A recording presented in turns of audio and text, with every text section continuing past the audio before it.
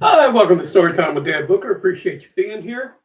If you remember the last reading that we did, Soleman he's out camping and he's gone and done he went and visited some gnomes. He helped this little female gnome and took her back to her place after she got stuck in the mud. So he's now pretty much took him back home flying on Falcons, and now he's back home. So he's at his campsite, and we read a little bit of the next chapter. So let's start there where we left off. Come morning, Perry woke confused. He would ordinarily have thought the adventure of the day before an amusing dream were it not for the coin in his pocket. He secured it in his wallet and looked through the ice chest to find something for breakfast. The sound of thundering hooves halted him. He was situated in a small clearing well off the usual path, so that the sounds of riders was odd, to say the least. He looked down the path, and through the wide opening came a splendid regal carriage, pulled by 4 Perchinons, each a different color. The driver stopped abruptly alongside Perry. A man dressed appropriately for a king looked out the carriage window and beckoned to Perry. The king's face was lined with worry, and there was pain in his eyes. Perry rushed to his side. "You are Soleman, are you not?" Perry bowed. "I am he." A footman dismounted and from the rear of the carriage and opened the door for Perry to enter. The footman remounted to his accustomed place. The king snapped his fingers, and the carriage tore off at a blinding speed. Inside the carriage, there was no hint that they were even moving. No bumps, no swaying from side to side. The carriage was firm, stable, and silent, allowing the king and Soleman to talk. "Soleman, I am King Rupert von Morgenstein. My son Prince Linus had his birthday ball yesterday, and since it was his 21st birthday, he was to pick his bride from the assembled ladies. Well, he found one, and what a one. He fell in love immediately, and I truly believe she felt the same. They danced all the dances to the chagrin and irritation of the others attending. Just as the clock struck midnight, she ran off. My son thought she had an urgent need after so many dances, but the urgency in her eyes was another type of desperation. It was nearer to panic. When she bolted, she said not a word about where she was going, no promise to return, in fact, no information of any kind. My son gave chase and was hard on her heels when we heard her carriage depart at full speed. She just disappeared in a cloud of dust. My son is heartbroken. Last night he was moping around the castle talking to himself, threatening to take his own life if she wasn't found. Well, now he's roused himself and has vowed to find her, but the only thing he has to go on is this." The king opened an ornate box. Resting on a bed of purple silk cloth was a fragile glass slipper. Perry asked permission to examine it. It was small and dainty, though probably very uncomfortable. Perry measured it and pronounced it as a size 4. "I think this would be a size 35 in European shoes, but here it's a size 4.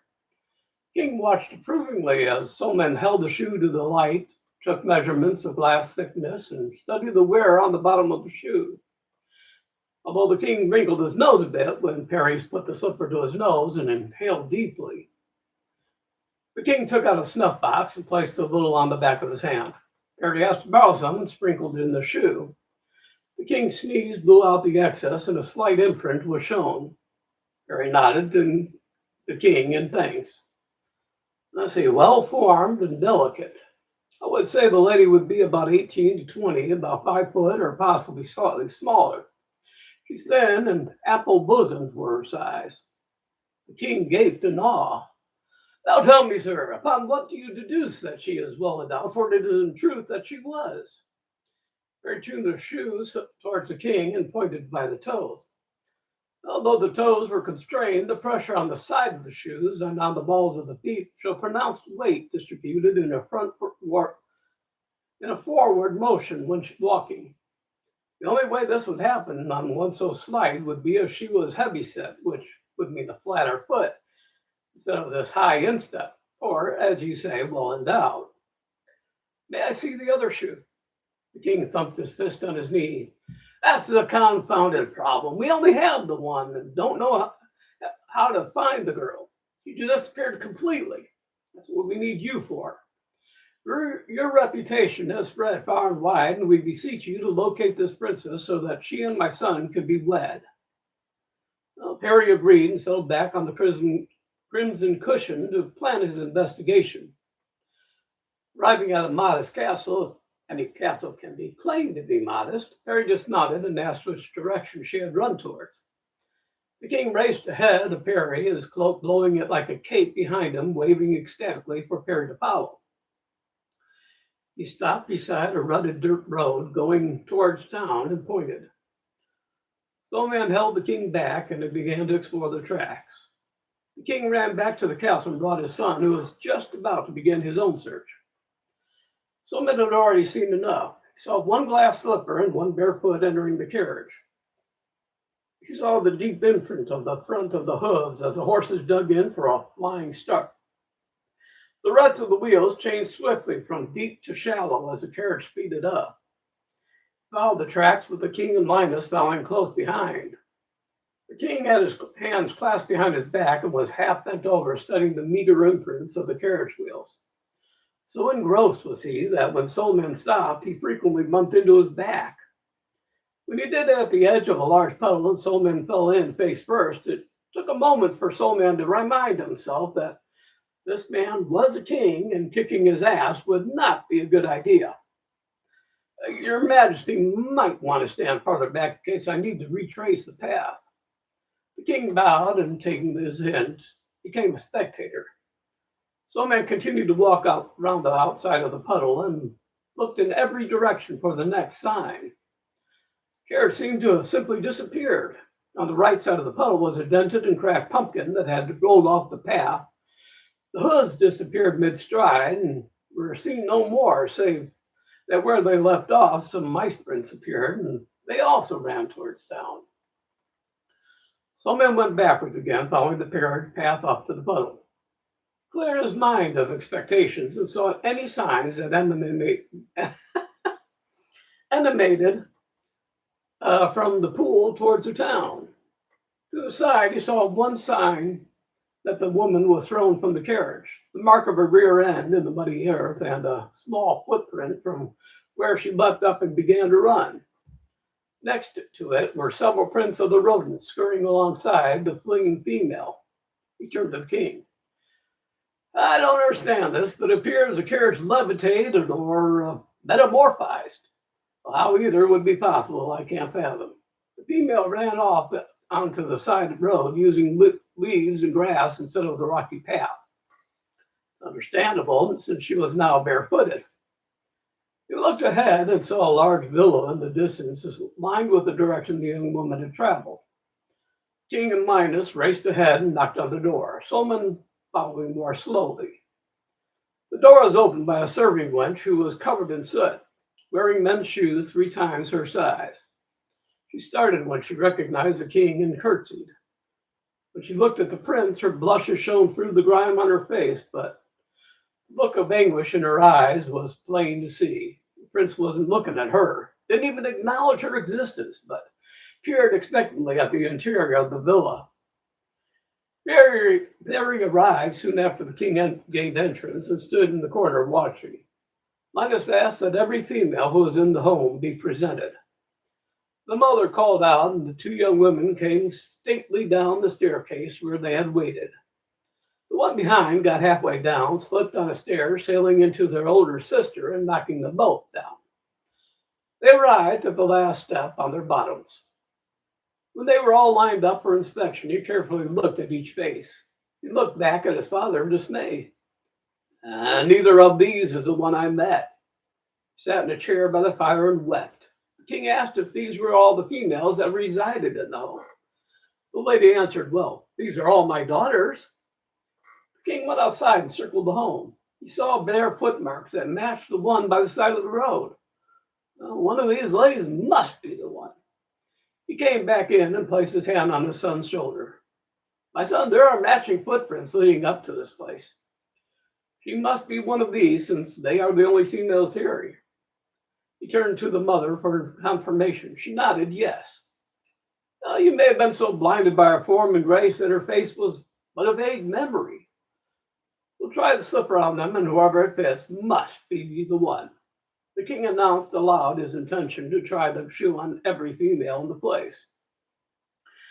Harry was ruminating on the fact that the mother had only said that the ladies assembled were her only daughters. She did not say they were the only females. Well, outside, Perry had a vague impression that the person who opened the door had been female, and not one of those assembled. Surreptitiously, he checked the home, working swiftly from top to bottom. In the basement, sitting on an overturned bucket, sat a female. Apparently, she was the only servant taking care of this large place. "Hey, why aren't you upstairs like the rest trying on the slipper?" The prince commanded that all females were to attend. She looked up miserably from her huddled position. "Well, I'm not considered a female. I'm only a servant." Her voice broke in anguish as she spoke. "A servant in my own home." She placed her hands over her face as tears flowed. Harry asked how that was possible, and the whole story burst forth. Her mother's death, her father's remarriage to the shrew upstairs, who brought too many shrews with her. How they had beaten her down even while her father was alive. Problem was that he was gone so often that he couldn't protect her. Then, when he died, and it must be confessed under suspicious circumstances, she was sent to live in the basement and ordered around as a servant. I fought for a while, but it was no use. I've been their servant now for 3 years. Very commiserated on her plight. "I'll do what I can." He was interrupted when one of the sisters came down the stairs, slipped on the third step, and landed at the bottom, holding the slipper high in her hand.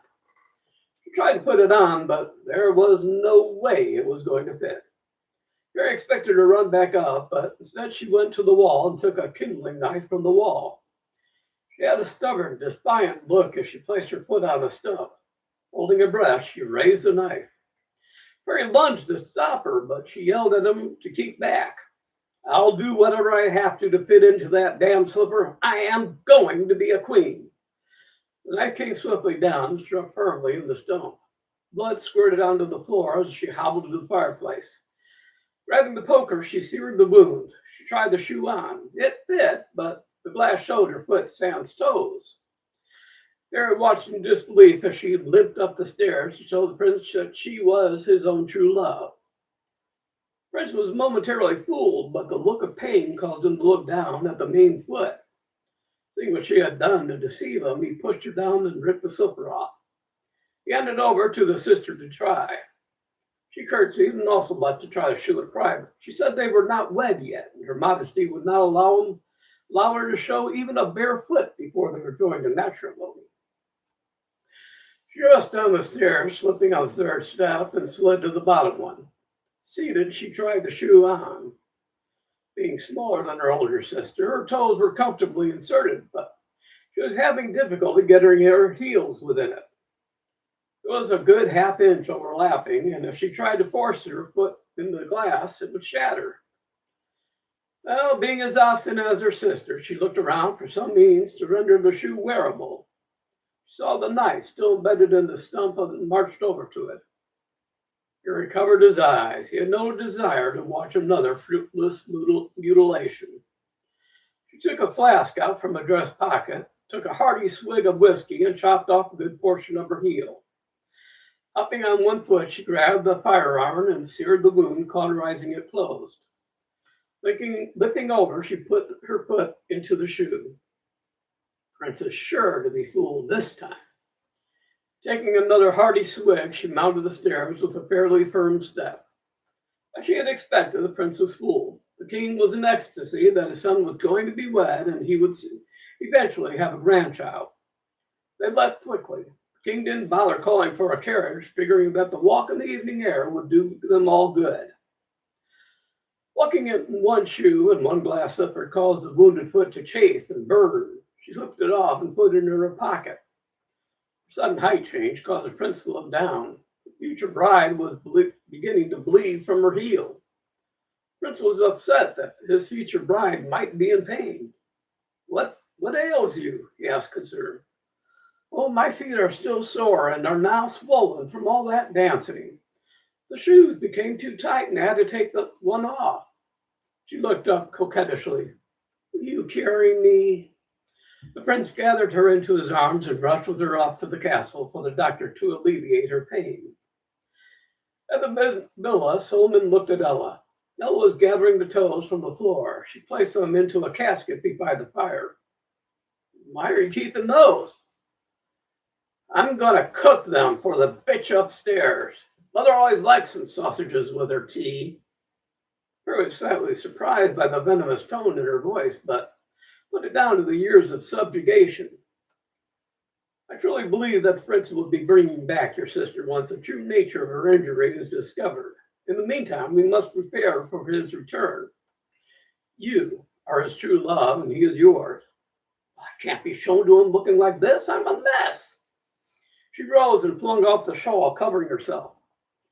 It was true, she was filthy, but the removal of the shawl showed a young woman of impressive physique. She stepped out of her shoes to show feet of an extraordinarily daintiness and beauty. Someone filled a large washing bucket with warm water and had her cleaned up. Once clean, he braided and wove her hair in the approved fashion. Looking around for something she could wear, he cut the center of a fine linen tablecloth. With her head he folded the material around her, tied ribbons around her waist and below her bosom to hold the dress in place and accentuate her outstanding features. They drank a mug of tea and waited for the prince's arrival. And I'm going to drink from my mug of tea. One moment. From outside, they heard the thunder of hooves pulling a carriage at top speed. The horses screeched to a halt outside the door, and the prince leapt out, dragging the second daughter by the hair. She was writhing and screaming as she bumped on her bum, exiting the carriage. At the doorway, the prince hoisted her up and threw her roughly aside. "Take this lying witch back. Is there no honest people in this home? My father said that the person I met at the ball was here. He is never wrong." He had the driver hand down his whip and walked in, threatening to use it if the girl he wanted was not brought out immediately. Soleman escorted Ella upstairs and handed her over. Soleman cleared his throat. "Your Majesty, I believe this is the person you are seeking." The prince turned around, saw the young lady, and promptly dropped the whip and ran to her. He kissed her tenderly, holding her close. Oh, man. Ella was facing away from her stepfamily and, placing a hand behind her back, gave them all the finger. The prince led her to the carriage while her stepfamily gathered at the door, meekly waving. Ella took a final look at them from the window and made a throat-slitting gesture as the carriage bolted forward. Harry watched as the family swiftly packed bags, gathered what money they had, and left with all haste. The stepmother tossed the keys to the bill of the Soleman as they barreled down the road opposite to the direction the castle lay in.